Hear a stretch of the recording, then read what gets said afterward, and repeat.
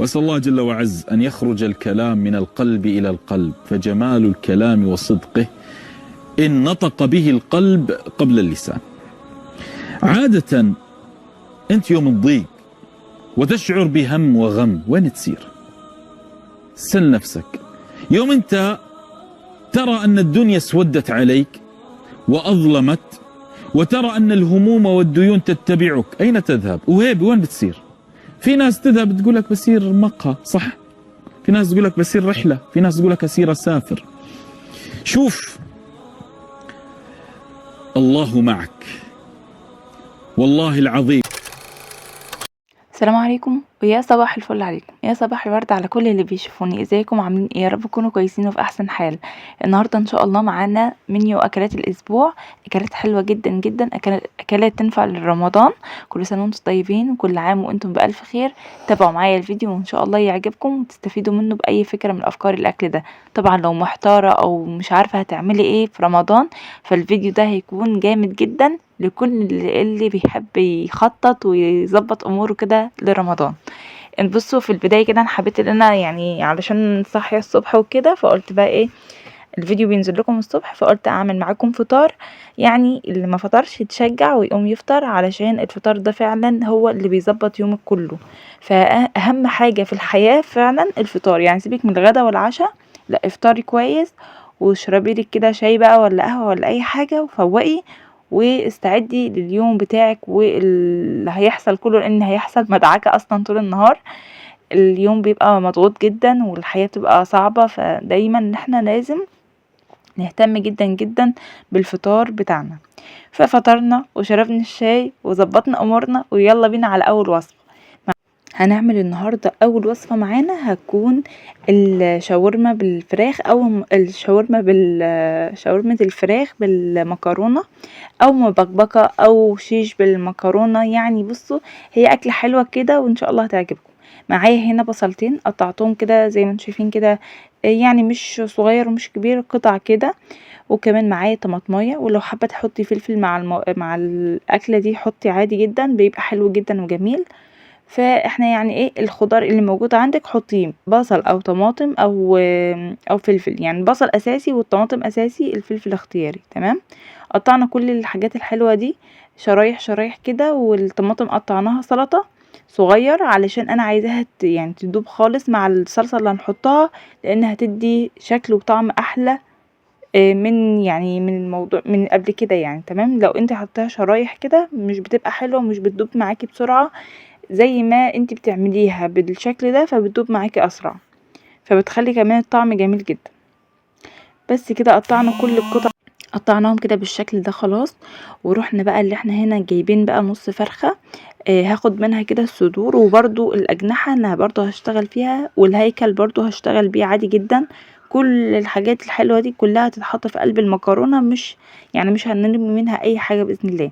معايا هنا صدر فرخة زي ما انتم شايفين كده، قطعته قطع صغيرة زي الشاورما او اكبر من الشاورما كده شوية. قطعت كل الكمية اللي عندي دي، والهيكل والاجنحة سبتهم زي ما هما سلام، وابتديت ان انا اشتغل فيهم عادي جدا.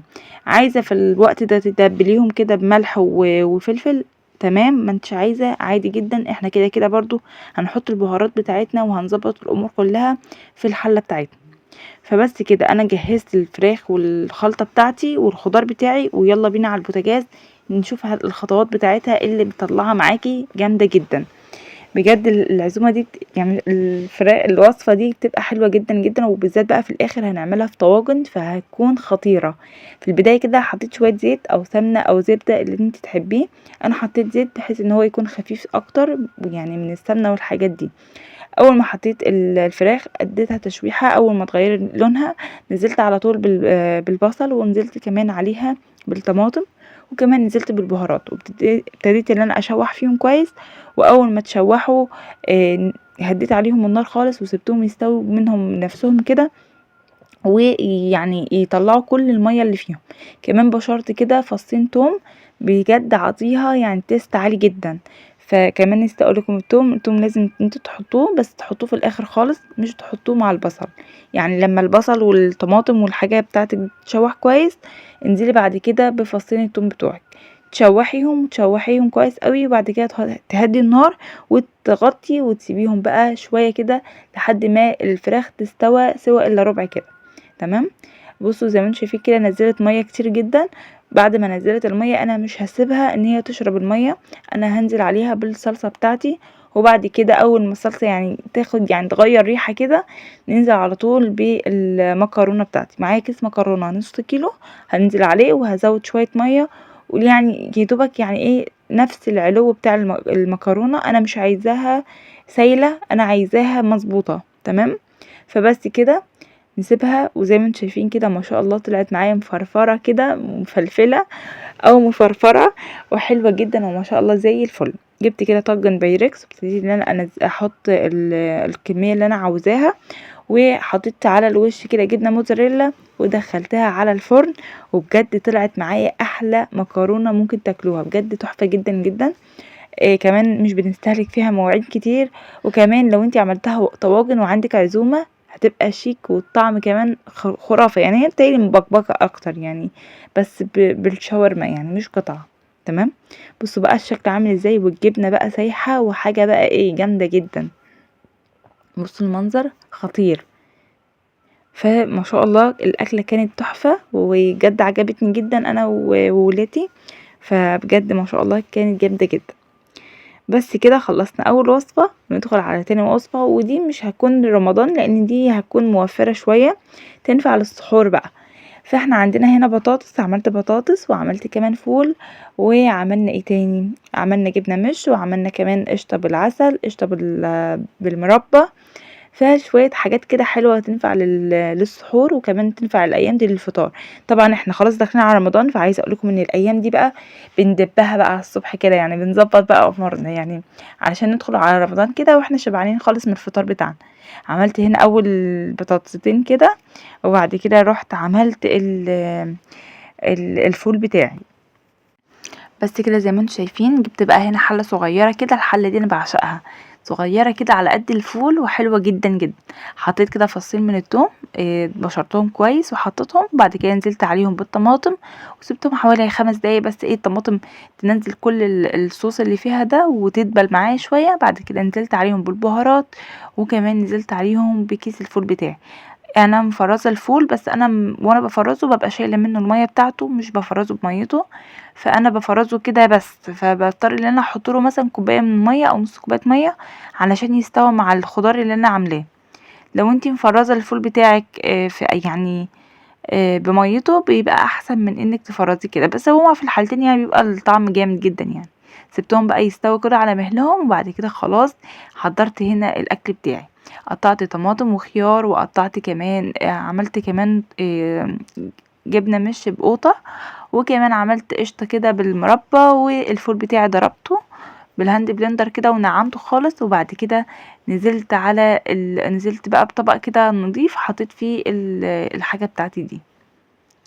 وبس كده الفطار بقى جاهز، والاكل بتاعنا بقى جاهز. الايام دي ممكن تعملي الاكل ده برضو غدا، بحيث ان انتي بقى قبل رمضان كده تنشفيه عليهم علشان تبتدي بقى في رمضان تظبطي يبقوا ايه الاكل وحشهم كده، الاكل الحلو بقى الكفته والفراخ والحاجات دي تكون وحشهم. فيعني ايه يوم كده ويوم كده. كمان قطعت كده البتاع اسمه ايه ده، العيش بتاعي كده صغير وخلاص كده. كمان رحنا بقى لليوم ده عملنا هنا فطير وجبنا كمان جبنة، وخلاص كده قضينا برضو اليوم ده كده عادي. تمام. نروح هنا بقى نعمل فراخ بقى مشوية، ما احنا خلاص بقى لنا يومين كده ايه مظبطينها عليهم ومنشفينها عليهم، نيجي بقى ايه في تالت يوم كده ندلعهم. جبنا هنا ايه بقى، جبت شفشق الخلاط بتاعي، حطيت كده طماطمية كده محترمة، حطيت عليها بصلاية، حطيت عليها كمان ليمون، وحطيت عليها نص كوباية من اللبن، وحطيت عليها معلقة من الطحينة ومعلقة من الكاتشب، وحطيت البهارات بتاعتي فلفل اسود وكمون وكزبرة ناشفة وملح. حابة تحطي بابريكا حطي، حابة تحطي شطة كاري كركم زعتر براحتك. انا الصراحة يعني ما بحبش الزعتر قوي، هو عندي بس انا مش بحبه قوي. بس يعني ايه الخلطة دي لوحدها كده جبارة، وبتدي طعم وبتست عالي جدا جدا للفراخ. نضرب بقى كل الحاجات الحلوة دي في الخلاط، وطبعا احنا عايزينهم ناعمين جدا، مش عايزين صوص، مش عايزين قطع. انا عايزة الخلطة بتاعتي دي تكون ناعمة زي العصير، لان كده بتشرب الفراخ، بتشرب التتبيلة اسرع من انك انتي تبشريهم او كده. لو حابة ان انتي تبشري الخضار بتاعك فبيتيها بقى قبلها بليلة او حطيها ساعتين. بس لو انتي هتعملي خلاص يعني دلوقتي هنعمل الاكل والدنيا هتظبط، فلا انتي على طول استعدي كده ان انتي تكون الخلطة بتاعتك دي سايلة خالص وما تكونش ماسكه معاكي. كمان نسيت اقول لكم ان انا حطيت توم وبس، تبلت كده الفراخ تتبيله كويسه وسبتهم حوالي يعني 10 دقايق بس، يعني تاخد وتدي كده مع نفسها. وعلى طول قطعت عليهم كمان بصلايه ودخلتهم الفرن بتاعي على درجه حراره 280 وسبتهم حوالي ساعه الا ربع. وما شاء الله طلعت معايا الفراخ بالشكل ده، كانت تجنن. كمان اللي عملت معاهم بديل الرز البسمتي وكان خطير جدا. الفرخة كانت تجنن والطعم كان حكاية. ودي كمان وجبة من وجبات الأسبوع. كمان نيجي هنا بقى للوجبة دي، والحاجات دي احنا مفرطينها مع بعض وعملناها قبل كده، بس هنعملها مع بعض تاني كده في منيو الأسبوع علشان الناس اللي ما شافوش معايا الروتين اللي فات. معايا هنا كمان فراخ متبلة جاهزة بنفس التتبيلة اللي انا عاملاها معاكم من شوية. حطيتها كده متبلة الفراخ بتاعتي ومظبطاها، حطيتهم كده في صينية ودخلتهم على طول الفرن بتاعي. ورحت هنا جايبه صدر فرخه، كان عندي زايد كده زياده لوحده، جبت صدر فرخه قطعت معاهم كده بصلايه محترمه. سوري، البصلايه دي انا قطعتها كده على الفراخ. بس صدر الفرخه ده انا هقطعه شاورما، وهنعمل النهارده باذن الله فراخ مشويه وهنعمل معاها طواجن نجرسكو. تمام. بس كده حطينا الحاجات دي بقى في الفرن ونبتدي بقى في الشغل بتاع النجرسكو بتاعنا. معايا صدر فرخه زي ما انتم شايفين كده، قطعته شرايح زي البانيه وابتديت ان انا اقطعه صغير زي الشاورما. تمام. ما شاء الله الصدر ده عمل معايا كميه محترمه جدا، عمل معايا طاجن كده بايركس كويس، وكمان عمل معايا طبق بايركس صغير. فما شاء الله كان الوجبة جامدة جدا وكمان موفرة واقتصادية في منتهى الجمال. ممكن تستغنى عن الفراخ وممكن تعمليها لوحدها، تعملي الوجبة دي لوحدها بجد حلوة جدا. بس لو هتعمليها لوحدها يعني زودي شوية الخضار، ما يعني انا عاملة الخضار قليل، بس انتي لو هتعملي الاكلة لوحدها فلا انتي زودي شوية الخضار. تمام. قطعت كده كل الكمية بتاعتي، قطعتهم زي ما انتم شايفين كده زي الشاورما وحطيتهم في طبق، ورحت بقى ايه اللي انا اقطع بقية الحاجة بتاعتي. معايا كمان بصلاية ومعايا كمان اللهم صل على النبي قرن من الشطة الفلفل. يعني هو مش حامي هو عادي، هو رومي هو عادي، هو بلدي بس عادي، مش حامي يعني، ومش برضو ومش اللي هو الرومي اللي هو الضخم ده. جبت هنا البصل بتاعتي قطعته قطع صغيرة زي ما تحبي، حبة كبيرة قطعي، حبة صغير قطعي. انا بحب البصل ما يبانش في الشاورما انا مش عارفة متلخبطة ليه النهاردة. اللهم صل النهارده في لخبطه جامده من انا يعني انا بسجل دلوقتي والفجر لسه مأذن، فعلشان طبعا طول النهار والليل شغالين في المطبخ وفي العيال والهيصه دي، فالدنيا بايظه عندي خالص. المهم رحنا هنا على النار، جبت طاسه كده حطيت فيها معلقه كبيره كده من الزيت او معلقتين، ونزلت بعد كده بالبصل بتاعي سوري، نزلت بعد كده بالفراخ بتاعتي شوحتها، ولا البصل، لا نزلت بالبصل اول حاجه شوحته. واول ما دبل معايا، معلش عشان مش مركزه، اول ما دبل معايا نزلت على طول بعد كده بالفراخ، اديتها اللون. اول ما اللون بتاعها غير ممكن ان انت تسيبيها ان هي تحمر سيكه، بس صراحه انا ما سبتهاش، انا سبتها لما غيرت اللون بتاعها بس. نزلت على طول بعدها بالفلفل وغطيت عليهم وسبتهم يستووا على مهلهم. كمان البهارات اللي انا حطيتها البهارات الطبيعيه بتاعتنا، كمون، فلفل اسود، كزبره ناشفه، ملح، بس كده. حابه تضيفي اي اضافات مع بهارات اي حاجه براحتك، بس صراحه انا بكتفي بيها كده، بتبقى جميله جدا وفي منتهى الجمال كمان. زي ما انتم شايفين كده شوحناها تشويحه حلوه، بعد كده نزلنا عليها بقرن من الشطه وخلاص. على كده انا ما زودتهاش اي ميه، انا سبتها مع نفسها تستوى كده في عرقها، وجيت اجربها لقيتها ما شاء الله استوت وزي الفل. وبس كده كانت الفراخ كده معايا جاهزه، وما شاء الله زي ما انتم شايفين كده الحجم ما شاء الله محترم، وفرطت معايا كميه كويسه. وبس كده يا شباب، خلينا بقى نروح نشوف هنعمل ايه تاني. بصوا هنا كمان انا ولعت على الميه بتاعه المكرونه، حطيت فيها معلقه من الملح، ما حطيتش فيها زيت خالص، لان المكرونه بتاعه النجريسكو او البشاميل ما بنحطش فيها اي حاجه ما بنحطش فيها يعني زيت وكده. تمام. رحت كمان ولعتلي على كوبايه شاي كده لاني كنت خلاص مصدعه ومش قادره، فيعني كل ده مع بعضه كده. ورحت هنا كمان حطيت كده شويه من الزيت وحطيت عليهم الدقيق، ابتديت كده ان انا اشوحهم لحد ما اوصل للقوام اللي انا عاوزاه. واول ما ريحه الدقيق راحت منه وحسيت خلاص بقى ريحه التحميصه بتاعه الدقيق، نزلت عليهم باللبن. واللبن بنزل بيه بالتدريج علشان الحاجه ما تكتلش معايا، يعني بنزل باول حاجه نص كوبايه وبعد كده بنزل بكوبايه وبعد كده بنزل ببقيه الكميه.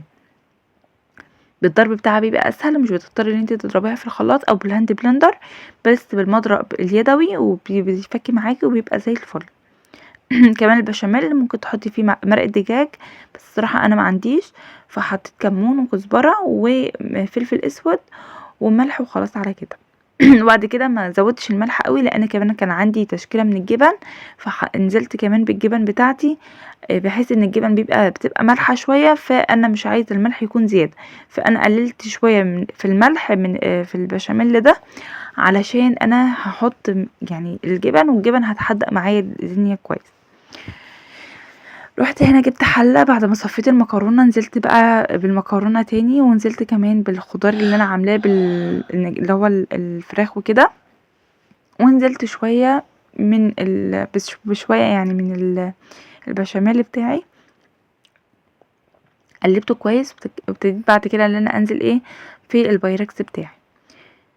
اول ما حسيت ان هو زايد كده نقصت شوية في بايركس كده صغير. بايركس ده بيبقى حلو جدا لو انت عايز تعملي رز بلبن او حاجة من دي، بيبقى جميل وحجمه كويس اوي.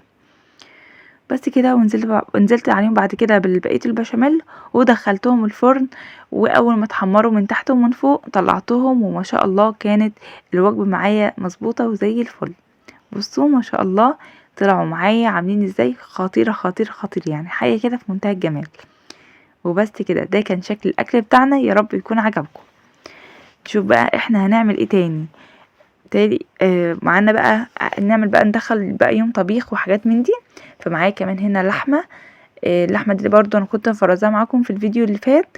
فمعايا هنا كمان حوالي يعني نص كيلو وزيادة شوية من اللحمة. قطعت عليهم كمان بصلاية، وقطعت عليهم طماطمية، وحطيت ورق لورا وحبهان وفلفل اسود وكمون، ونزلت على النار، هديت عليهم النار وسبتهم يستووا في عرقهم. اول ما اتشوحوا كويس وشربوا الشوربه اللي اللحمه نزلتها، نزلت عليهم انا بقى بعد كده بالميه بتاعتي.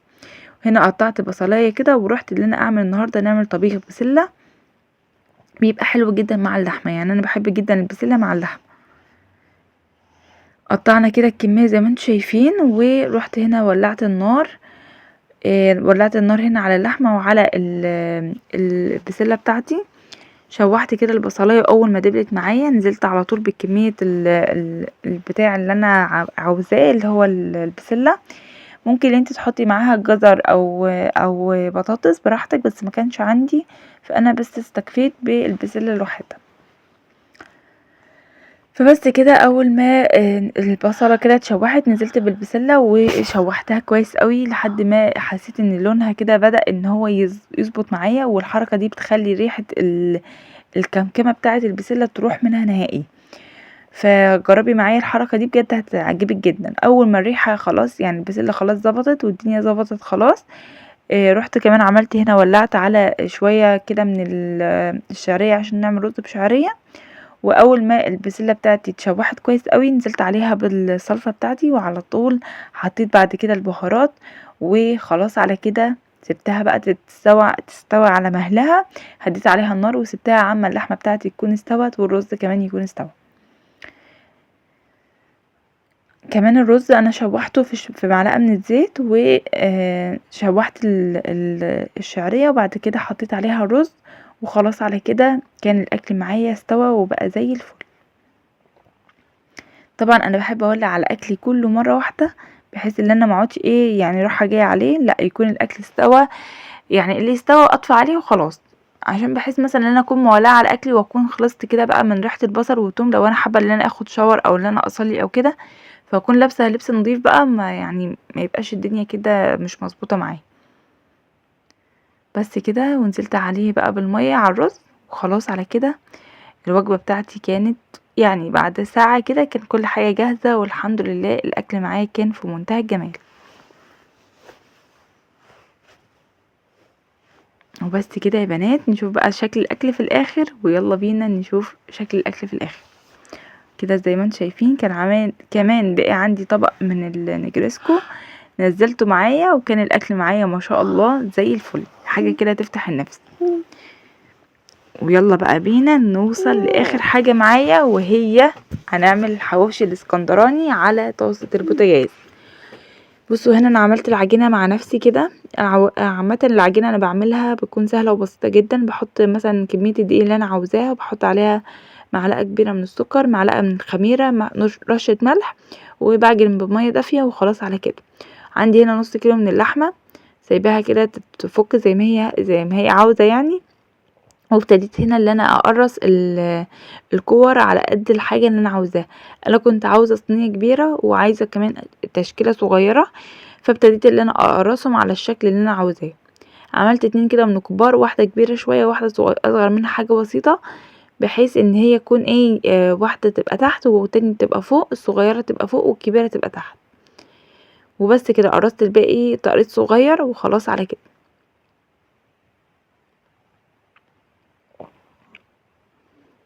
غطيت عليهم وسبتهم، ورحت هنا اعمل خلطة الحواوشي بتاعتي. معايا هنا بصلتين، ومعايا هنا قرنين من الفلفل، وقرن شطة، وكل الحاجات دي قطعناهم وظبطنا الدنيا، ورحنا عملناهم النهارده في شفشق الخلاط. اللي ما عندوش كبة هقولك طريقة حلوة جدا لشفشق الخلاط بتاعك، علشان برضو ما يبص معاك ويبقى كويس. فهنا الاول انا قطعت الخضار بتاعي، قطعت الفلفل بتاعي، وقطعت البصل، وجبت درق الخلاط كده زي ما انتم شايفين. قطعت فيه البصل صغير علشان ما يكونش صعب قوي على السكينة بتاعته. تمام. قطعت كل كمية البصل اللي عندي، وقطعت كمان كمية الفلفل، وابتديت ان انا كده ايه اقطعه على جزئين، اللي انا اضرب على جزئين. وهحط كمان نص كوبايه كده من الميه، وابتدي دلوقتي ان انا اضرب الخلطه بتاعتي دي. وبعد كده هجيب مصفى واصفي كل حاجة انا ضربتها. تمام. طلعت معايا زي الكبة واحسن كمان. تمام. رحت هنا كمان اخدت الكمية، وبنفس مية البصل اللي انا صفيت فيها الكمية الاولانية، عملت الكمية التانية وصفيتها بنفس الطريقة. وبس كده رميت في الاخر المية. وبعد كده جبت اللحمة بتاعتي، حطيت عليها الخضار، وحطيت عليها الكمون والفلفل والملح ورشة القرفة. وخلاص على كده عجنتهم عجنة كده كويسة، وسبتهم بقى لحد ما فردت العجينة بتاعتي. جبت هنا نقطة من الزيت، وحطيت عليها اول حاجة هي العجينة، القطعة الكبيرة الاول، وفردتها فردة كده محترمة. وبعد كده جبت الصينية بتاعتي، وابتديت اللي انا ايه احطها في قلب الصينية. بصوا انا مش عارفة يعني هي نقطة الزيت اللي انا حطيتها في الصينية خلتها تكش شوية، بس مش مشكلة. بعد كده نزلت بقى باللحمة بتاعتي. طبعا حطي كمية اللحمة اللي انت تحبيها، بس حاولي انت تفرديها بس كويس. فردت كده الحمد لله كويس. انا مش عارفة هي راحت فين، بس عامة انا بقى فردت كده التانية اللي هي اللي هتبقى الصغيرة اللي فوق، فردتها كويس قوي. وبعد كده نزلت على جبت بقى الصينية بتاعتي كده زي ما انتم شايفين، وفردتها وعملت لها ايه التقفيلة بتاعتها. شلت كل الزوايد كده بالسكينة، ابتديت بقى اللي انا اقفلها كده بصوابعي عادي جدا.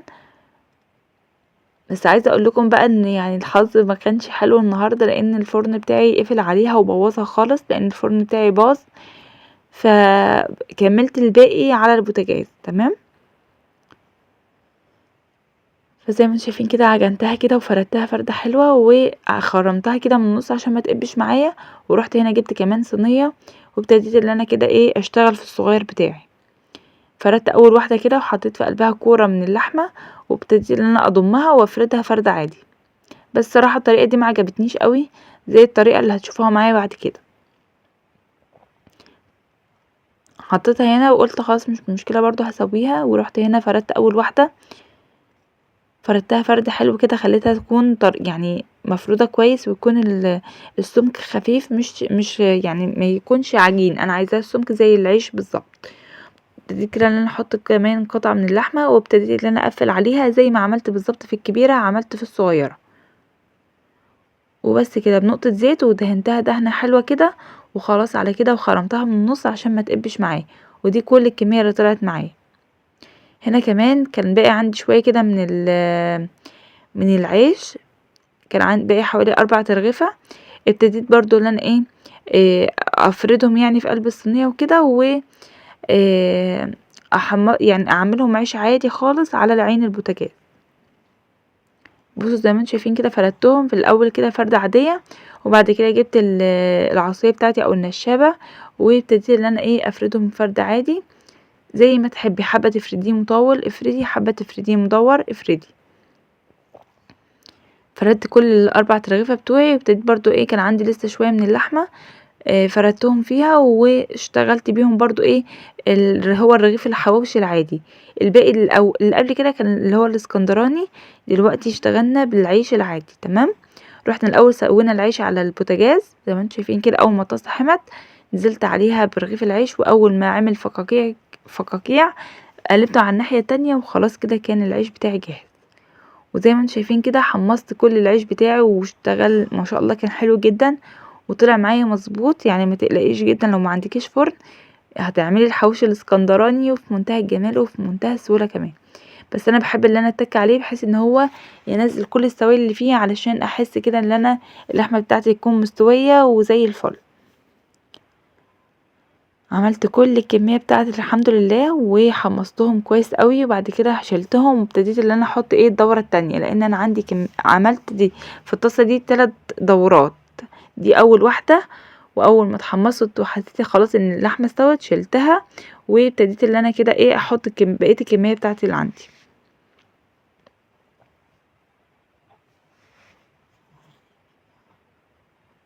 وبس كده يا بنات، ابتديت بقى ان انا احط الدور التاني، وخلاص على كده. طبعا لو ما عندكيش فرن فالطريقه دي جميله جدا، بتحطي شويه زيت كده وتبتدي ان انت تحمصي فيهم الكميه بتاعتك. بس انا بحب ان انا اتكي عليهم بحيث ان انا اضمن ان ما يكونش فيه اي دم او اي سوائل. انا عايزه كله يبقى ناشف ويبقى زي الفل. كان ما شاء الله في منتهى الجمال. بعد كده زودت شويه زيت، وبعد كده نزلت بقى ببقيه الكميه بتاعتي. ده حسيت ان هو بعد ما خمر شويه فك شويه، فابتديت ان انا اظبطهم من اول وجديد. وبس كده عملت كمية، وده الشكل بقى بتاعهم. ده اللي هو الحواوشي الاسكندراني. برضو هوريكم الحواوشي العادي. بصوا ما شاء الله اللحمة مستوية وزي الفل. وهنا بقى زي ما انتم شايفين كده اللي على الوش ده ده كله بتاع اللهم صل على النبي، ده اللي انا ماسكاه في ايدي، ده اللي هو العيش العادي. وكده اكون خلصت معاكم الفيديو.